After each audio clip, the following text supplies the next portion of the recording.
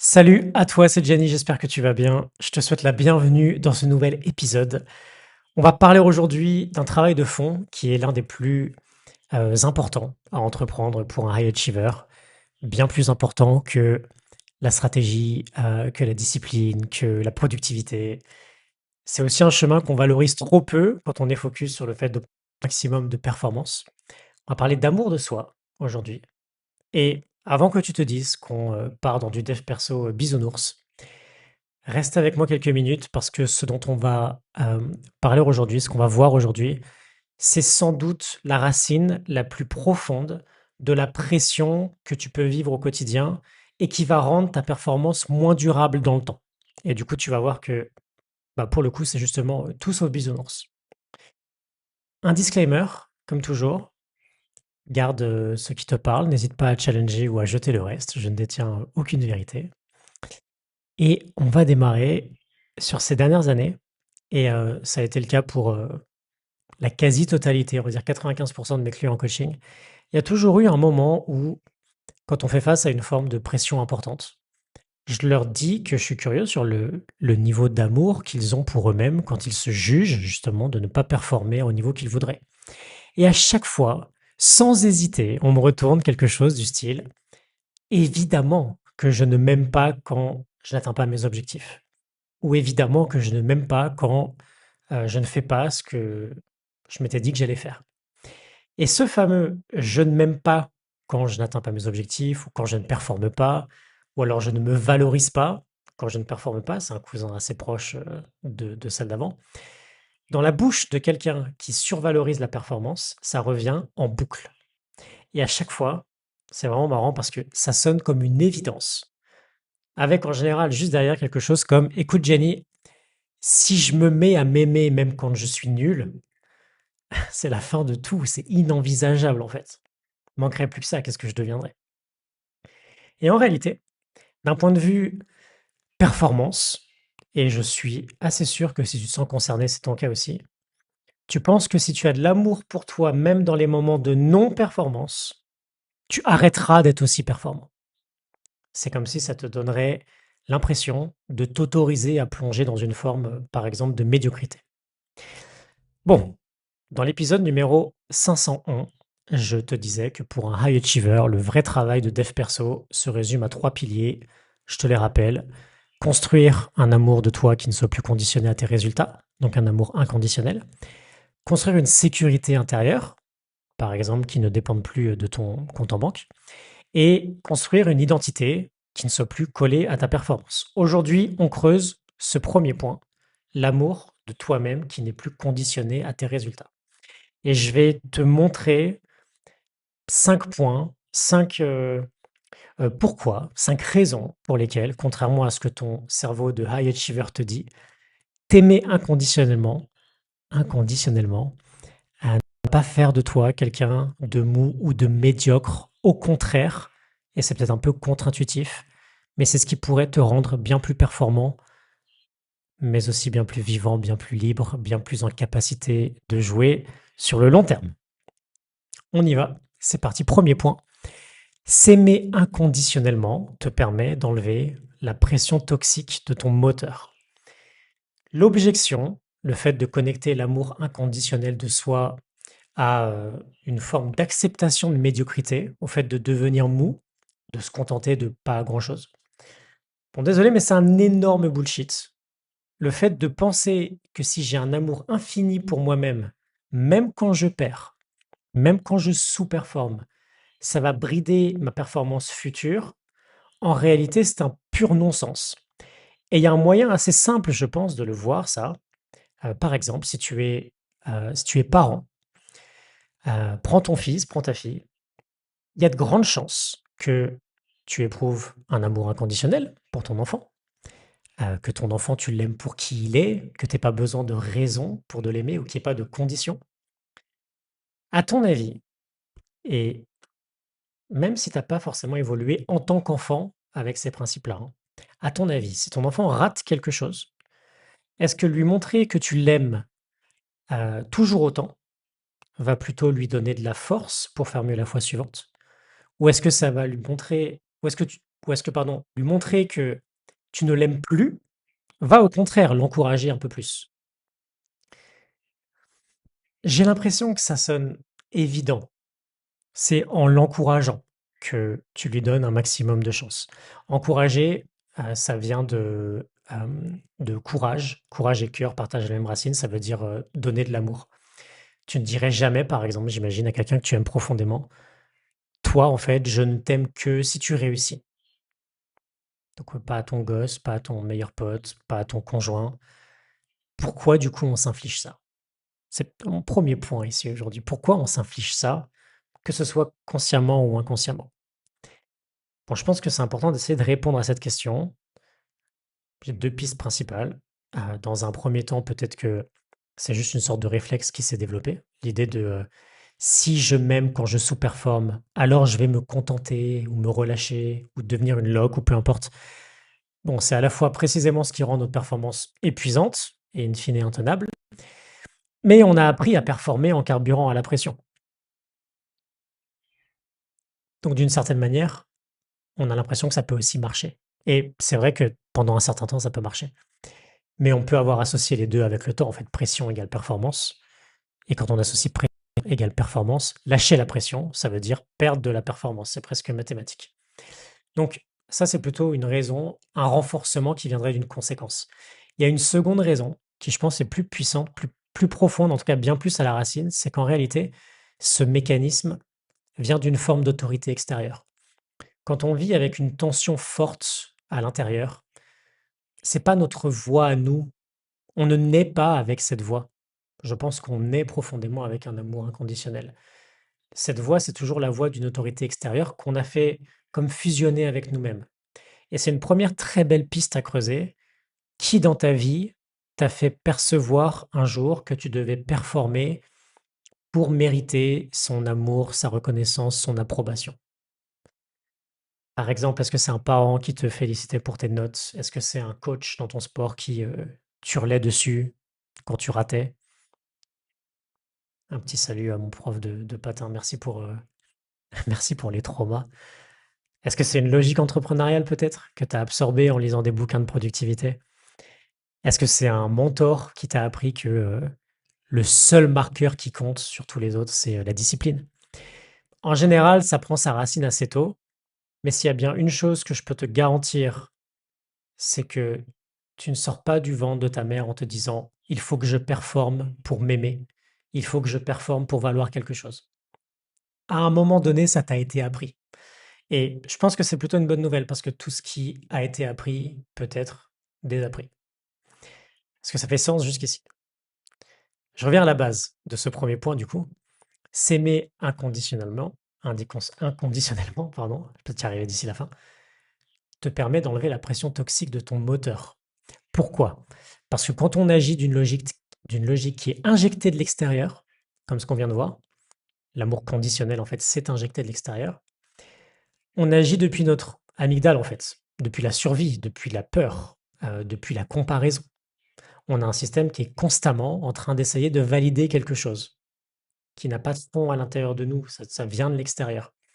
Par exemple, cette semaine, j'ai échangé avec une coachée qui me disait que quand un client me pose une question à laquelle je ne sais pas répondre, j'ai une boule au ventre, je me fige, j'ai honte. Et quand je creuse avec elle, c'est pas la question qui pose problème, c'est ce que ça dit d'elle. Si je ne sais pas, j'ai moins de valeur. Et donc elle s'oblige à tout savoir. Et comme le champ de connaissances est infini, elle est dans une tension permanente et une tension pas très saine. C'est pas, ça pourrait être une tension d'expert qui veut juste progresser. Là, ça vient d'une forme de survie identitaire. Si je rate, je ne vaux plus rien.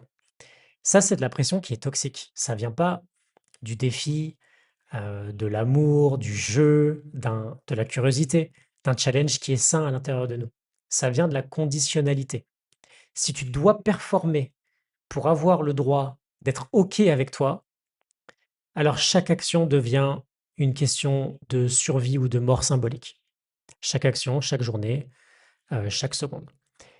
Quand l'amour devient inconditionnel, le défi est toujours là en fait, mais c'est ce poids-là qui disparaît. Et ça, c'est un premier truc qui peut avoir des conséquences vraiment très chouettes. Le défi est toujours là, le challenge est toujours là, il ne disparaît pas. Ce qui disparaît, c'est toute la lourdeur qui vient avec. Donc point numéro un, s'aimer inconditionnellement te permet d'enlever la pression toxique de ton moteur. Point numéro 2 devrait te plaire, celui-là. Factuellement, l'amour inconditionnel te permet de mieux performer. Un truc que j'entends tous les jours, plus il y a de pression, plus j'ai des résultats. Sans pression, je suis nul, je fais rien. C'est le no pressure, no diamond. Heu, assez classique dans le milieu de la performance ou du dev perso. J'en parlais dans l'épisode 504 du coup d'ailleurs. Tu peux aller voir ce que je disais là-dessus. Hem, j'ai le souvenir avec un coaché un jour qui me ressort ce genre de soupe là, un créateur de contenu que j'adore. Je lui demande de noter de 0 à 10 son niveau de kiff sur chaque étape de son process de création. La recherche d'idées, l'écriture, le tournage, le montage, et cetera. Et il me dit que sur certaines étapes, c'est 6, 7. Et il me dit ensuite que quand il y a beaucoup de pression, ça peut baisser, ça peut descendre à 3, 4. Et je lui demande, dans une hypothèse où tu serais à 10 partout, le peut-être un fantasme, mais le kiff complet sur chacune des étapes, est-ce que selon toi, tu serais plus performant? Et il me répond évidemment que oui. Et c'est là que je lui dis, que si je suis son raisonnement, le niveau de pression baisse son niveau de kiff. Or, plus il kiffe, mieux il peut performer. J'ai l'impression que c'est une logique un peu implacable en fait. Plus son niveau de pression est élevé, plus son niveau de performance est bas. Et on a vu juste avant que plus d'amour de soi égale moins de pression toxique. Ça peut sembler raisonnement un peu mathématique, mais du coup j'ai l'impression que moins de pression toxique égale plus de performance. Peut-être que ça shift deux trois trucs de le voir comme ça. Encore plus pour des profils très mentaux, très logiques. Je te partageais ça là, je me souviens d'une phrase dans un livre de John Martini, qui ressemble à quand tu sais, c'est une traduction donc c'est pas tout à fait exact, mais quand tu sais que tu es aimé, peu importe ce qui se passe, tu as toujours le pouvoir de créer ce que tu imagines. Parce que le pouvoir de création, la vraie créativité durable, elle vient de la sécurité intérieure. Elle naît dans la sécurité intérieure. Elle ne naît pas de la pression extérieure. Quand tu es aimé inconditionnellement par toi-même, alors petite parenthèse, t'en fais ce que tu veux, ça peut être un bon point de départ pour aussi être aimé inconditionnellement des autres, du coup. Quand tu es aimé, je vais dire on, quand on est aimé inconditionnellement par nous-mêmes, notre système devient beaucoup plus libre, beaucoup plus créatif, beaucoup plus ouvert. On fait des meilleurs choix, on prend de meilleures décisions, on est plus fluide. Alors que quand on est dans un mode de survie identitaire, forcément, on est bien plus contracté, on est défensif en fait. On est rigide, on se protège, on est tendu, on fait ce qui est safe, on a moins d'audace et on se crape. Dans l'épisode 501, je disais sur l'idée de performer autrement, moins de pression, ça donne plus de créativité, plus de liberté, plus et de meilleures décisions. La force, elle est toujours là, on est juste libéré du forçage. L'objection qu'on peut avoir sur l'amour inconditionnel de nous-mêmes, même quand on sous-performe, c'est un chemin vers la médiocrité. On en parlait. Mais ça, c'est pas un argument. C'est juste de la peur. T'aimer inconditionnellement va te rendre plus sharp, plus précis, plus tranchant, plus durable, plus libre. Pas plus mou, plus médiocre ou tout ce que ton cerveau de high achiever peut te raconter. Donc point numéro 2, amour inconditionnel de soi égale plus de performance. Point numéro 3, parlons de rat race. Celle-là aussi, elle pourrait te plaire. De vraies rat race, la réelle rat race, pas celle que on a l'impression de quitter quand on devient entrepreneur, par exemple. Ça n'a pas de sens. J'en parlais pas mal dans les épisodes 502 et 503 sur la question du fantasme, de la ligne d'arrivée. Je te disais, je te disais que tant que tu crois que ta vie de demain ne sera que meilleure que ta vie d'aujourd'hui, par effet de contraste, donc si tu atteins les objectifs X, Y, Z, bon bah par effet de contraste, tu vas manquer d'amour pour ta vie de maintenant. Et donc tu vas vivre dans un présent qui n'est pas assez bien. Si ça te parle pas tout à fait, retourne voir 502, 503. C'est un cycle qui se répète à l'infini, ça. Quand on vit dans un présent qui n'est jamais assez bien, on est juste moins heureux. Et l'amour conditionnel envers soi, ça crée un présent qui n'est pas assez bien. Et c'est exactement la même mécanique en fait, mais appliquée à toi-même au lieu de ta vie en général. Si je dois atteindre quelque chose pour avoir le droit de m'aimer, bon, bah, ça veut dire que là maintenant, je ne m'aime pas complètement.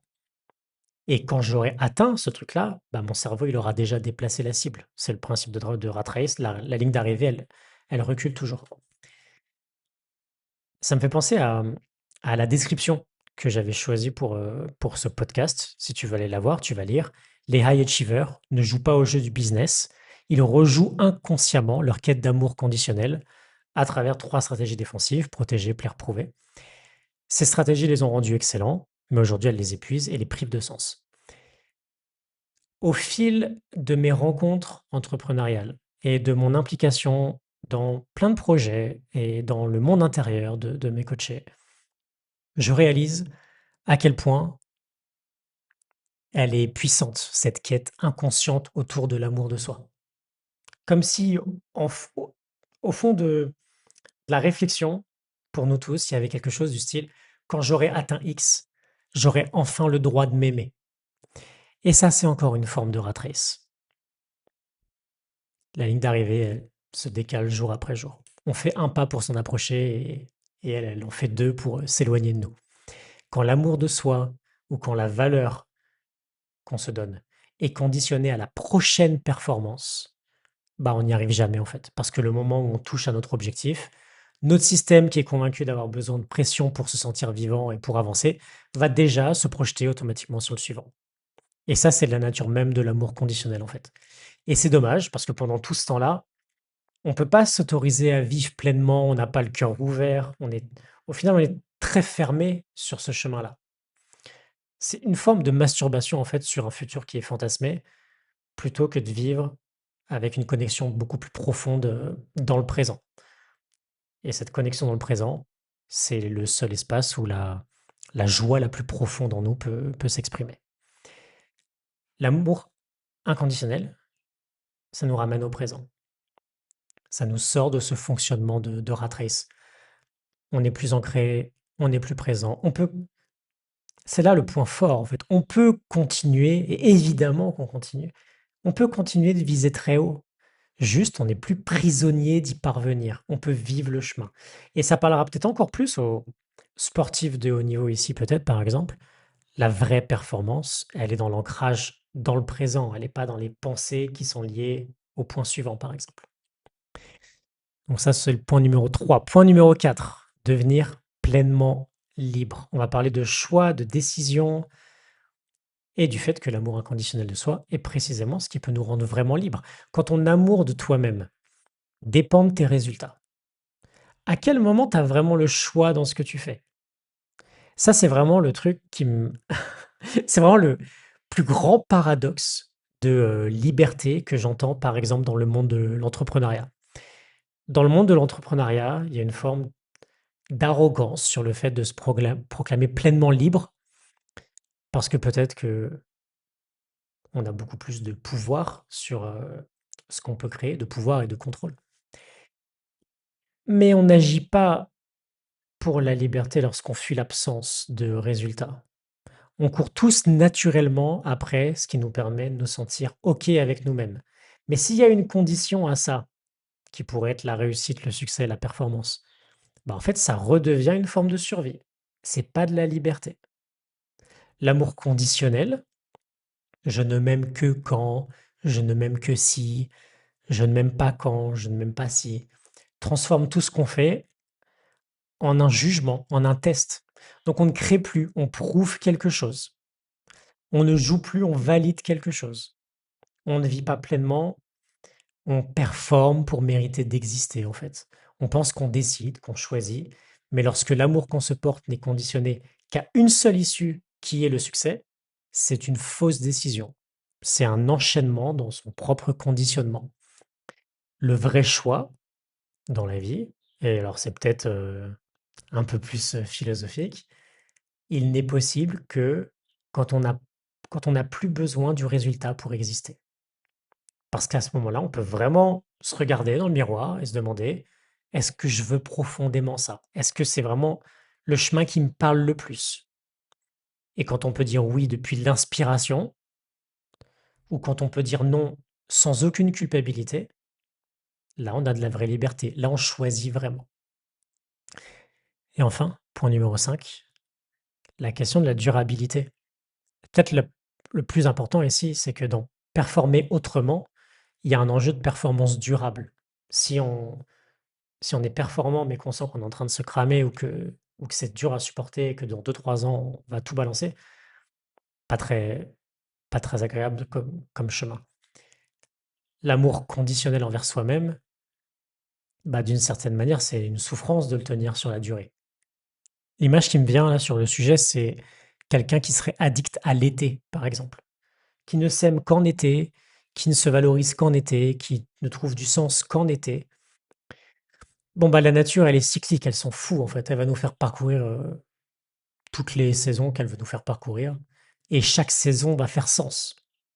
Mais cette condition, d'amour ou de valeur qui serait corrélée à qui serait liée à l'été, bah, en fait, elle crée surtout un super contexte pour que les 3 quarts du temps, j'ai une vie de merde. Et c'est pareil dans la vie. On traverse tous des cycles, qu'on le veuille ou non, des cycles de production, des cycles, heu, des cycles où on crée plus, des cycles où on crée moins, des cycles de résultats, des cycles de remise en question, des cycles de succès, des cycles d'échecs, des moments euphoriques, des traversées du désert. Heu, Au plus je suis capable d'aimer chaque saison et d'aimer ce que chaque saison apporte, en tant au plus je me donne de l'amour, je me porte de l'amour dans ces différentes saisons, bah, en fait, au plus c'est simple d'avancer. Au plus ça devient facile de jouer plus longtemps. À l'inverse, si je lutte contre ces cycles-là que peut-être je valorise ou que j'aime moins, en fait, c'est le meilleur moyen de les subir encore plus. On peut reprendre l'image d'un sportif. S'il ne se valorise ou qu'il conditionne l'amour qu'il se porte qu'au succès, qu'à la compétition, qu'à l'entraînement, par exemple, bon, bah, les phases d'échec ou les phases de repos, elles vont être invivables. Donc il se remet moins en question, donc il se repose moins, donc il peut encore plus se blesser et il peut plus se blesser longtemps et donc il va vivre des les périodes qu'il redoute, il va les vivre encore plus. Dans n'importe quel chemin de vie, il y a des hivers difficiles à passer, il y a des deuils, d'identité à faire, des deuils de projets à faire, des moments de non-performance qui sont nécessaires, heu, pour nous recentrer, pour nous transformer, pour nous permettre de créer à nouveau depuis un espace, nouveau par exemple, beaucoup plus libre et plus on accepte tout ça, plus on aime tout ça, plus il y a de sens, plus il y a d'énergie, plus il y a de jeu, plus il y a de légèreté. On peut, à partir de là, j'ai l'impression, tu me dis si ça fait sens, mais s'offrir de la performance pendant 5 ans, 10 ans, 15 ans, 20 ans, 30 ans, 40 ans, toute une vie en fait. OK? Alors, on a vu 5 points, je te fais un petit récap. Nous aimer inconditionnellement enlève la pression toxique de notre moteur. La pression ne vient pas du défi qu'on se donne, elle vient de la, conditionnalité implicite. Ensuite, on performe mieux parce que d'une certaine manière, la pression dégrade le fait qu'on kiffe ce qu'on fait en fait. Ça dégrade exactement ce qu'on cherche à produire. On sort de la rat race infinie qui n'existe que lorsque notre valeur est conditionnée, notre valeur ou notre amour est conditionné à notre prochain succès ou notre prochaine performance. On fait des vrais choix. L'attachement au résultat, c'est pas de la motivation, c'est de la peur. Et on tient dans le temps. On est bien plus à même de respecter les différentes saisons, les phases, géniales, les phases pourries, tout fait sens en fait, tout est à notre service. Alors génial qu'on juge génial et pourri qu'on juge pourri, hein. Tout ça, heu, tout ça, ça repose sur une base qui est décorréler notre valeur, l'amour qu'on se porte, de notre niveau de performance. S'aimer inconditionnellement, ça ne veut pas dire exiger moins de soi-même, ça ne veut pas dire baisser ses standards, au contraire, ça veut juste dire que notre exigence n'est plus un test ou un jugement de l'amour qu'on se porte ou de la valeur qu'on se donne. Notre réussite n'est plus d'une certaine manière, une condition pour avoir le droit d'exister ou de s'aimer. C'est juste un résultat de l'expression de qui on est et de ce qu'on a matérialisé dans le monde. J'ai quelques questions à te proposer ou pistes de réflexion pour terminer, si jamais tu veux avancer sur ces points-là, si jamais il y a des trucs qui te parlent et que tu veux creuser. On y va. Déjà clarifie les conditionnements. Pose-toi tranquillement et par exemple, complète les phrases autant de fois qu'il faut. J'ai de la valeur quand, je m'aime quand, j'ai de la valeur si, je m'aime si, je peux m'aimer si, etc. Et pareil dans l'autre sens, pareil en version négative. Je ne peux pas m'aimer si, il n'est impossible que je m'aime quand. Et quand tu as des points qui émergent, quand tu as des. En fait, tu auras tes conditions à ton propre amour. Et on peut travailler dessus à partir de là. Par exemple, pour certains d'entre vous ici, j'imagine que ça peut être je m'aime quand je performe, quand je suis productif, quand on me trouve intelligent, quand je réussis, quand je suis discipliné, quand je suis utile, quand on a besoin de moi. Euh, je ne peux pas m'aimer si je rate, si je suis ordinaire, si je déçois, si je n'atteins pas mon plein potentiel. Et ensuite, et donc là on passe à un niveau légèrement au-dessus, si jamais tu veux jouer. C'est une question que je trouve vraiment très forte. Si tout ce que tu faisais, tout ce que tu disais, tout ce que tu pensais était diffusé H24 sur une chaîne de télé pour toute la vie et que tout le monde savait absolument tout de toi, pourrais-tu encore t'aimer? Alors, ça me demande de préciser et de donner un peu de contexte. Si la question remue, tu verras, c'est que ça travaille. Elle permet d'aller toucher une forme de honte. Et alors, je fais juste un disclaimer là-dessus. On en parlera dans le prochain épisode de la honte, mais la honte ment assez souvent sur l'ampleur de la situation. Donc, si jamais ce qui remonte, c'est trop lourd à gérer, tu peux voir ça avec quelqu'un ou tu peux te reposer la question plus tard. Si jamais c'est OK et que tu sens que sincèrement la réponse est non sur certaines zones, comme pour une majorité d'entre nous, a priori, si on est toujours là depuis 25 minutes d'épisode, je te donne quelques pistes pour avancer. La première, va chercher la spécificité du nom. C'est quoi exactement que tu voudrais pas qu'on voit? Est-ce que c'est un trait de caractère? Est-ce que c'est un moment de ta vie? Est-ce que c'est un échec? Est-ce que c'est une journée où tu rien foutu? Plus tu es précis et exhaustif, mieux tu peux bosser. Ensuite, tu peux distinguer différents types de noms. Par exemple, la honte, et on en parlera prochainement, ou bien des failles personnelles, ou ce que tu pourrais considérer comme étant des failles personnelles, comme l'addiction, la paresse, la lâcheté. Et là, il y a un enjeu, par exemple, de commencer à voir comment on peut mettre de l'autocompassion dans le processus plutôt que de l'auto-flagellation. L'autocompassion, tu peux aller checker les travaux de Christine Neff. Je suis allé voir, j'en parlais dans l'épisode 455, qui date de 6 bonnes années à peu près. Je crois que c'était l'idée numéro 4. Ensuite, une autre piste, un test de dissociation. Tu prends la chose dont tu as le plus honte ou ce sur quoi tu te juges le plus, par exemple, qui vient d'émerger de cet exercice. Imagine qu'un ami proche, ou que ton enfant, ou qu'en tout cas quelqu'un que tu aimes profondément, vienne te confier exactement ce point-là. Est-ce que tu l'aimerais moins? La quasi-totalité des gens répondent non. Alors, juste, si c'est le cas, pourquoi toi, tu t'aimerais moins dans ce cas-là? Et juste, sois ouvert, sois curieux vis-à-vis de cette question-là. Ensuite, distinguer l'acte et l'être. J'ai connu un échec, c'est pas je suis un échec. J'ai été lâche dans un contexte, ça veut pas dire que je suis quelqu'un de lâche. L'amour inconditionnel ne porte pas sur les actes, elle porte sur nous, sur la personne qui traverse les actes. Et enfin, une dernière qui est aussi très forte sur le sujet de l'autorité extérieure. Du coup, le non que tu aurais répondu à cette question de base, c'est un non en fonction de qui? Quand tu te dis en tout cas, je ne voudrais pas qu'on voit ça de moi, c'est qui on? Souvent, c'est pas tout le monde. Souvent, il y en a, on s'en fout qui voit des trucs de nous. Mais il y en a, on s'en fout moins. Souvent, c'est quelqu'un de très précis. Et de là, on peut checker du coup. Pourquoi cette personne-là plutôt qu'une autre? Qu'est-ce que ça change? Qu'est-ce que je crains si jamais cette personne-là le voit? Qu'est-ce que je crains si je me libère de ce mécanisme qui vient de l'extérieur? OK? Un tout dernier mot pour conclure. C'est un sujet qui est quand même assez deep. N'hésite pas à te faire accompagner là-dessus. Si jamais c'est quelque chose qui te dit, moi je peux te mettre en relation avec plusieurs coachs que je connais qui sont très compétents pour ça.